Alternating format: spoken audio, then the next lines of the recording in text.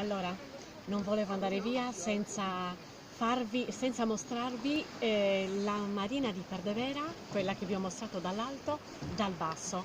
Vedo l'acqua e appena ho visto il colore e la profondità non potevo andare via senza mostrarvela.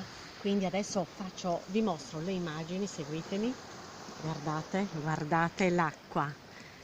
Sto parlando di una piscina naturale. Guardate che è una cosa incredibile. Io non riesco ad andare via. Guardate lo scenario che io ho davanti a me.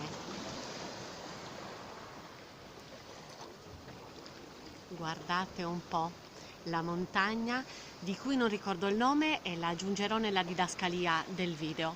Guardate il colore, c'è il rosso del tramonto, sono dei colori veramente spettacolari.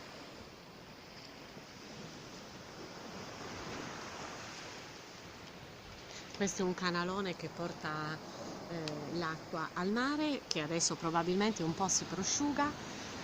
La spiaggia è lunghissima, vedete anche il faro in lontananza. Se attendete un attimo si vedrà la luce del faro in lontananza. Eccolo, forse siete riusciti, non so se la risoluzione del mio telefono.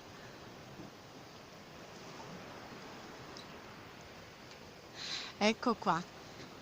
Adesso non vorrei dire sciocchezze se il faro, se c'è a Tortolì o se è a Barisardo, non vorrei dire idiozie, però guardate, sembra di essere in un paesaggio da fiaba, credetemi. È pieno di gabbiani che sono sulla sabbia, forse riuscite a vedere anche quelli. C'è un silenzio, regna una pace. Io mi trovo su una passerella,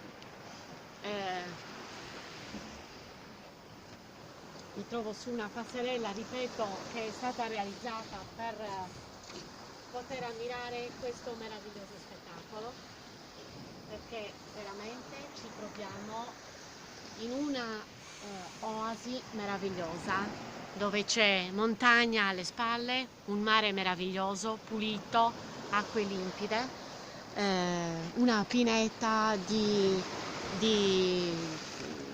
eucaliptus in fondo e di altre piante tipiche della macchia mediterranea. E che dire, vi voglio salutare da questa bellissima spiaggia. Vi abbraccio, vi saluto, questo è il mio regalo di oggi per voi. Ciao!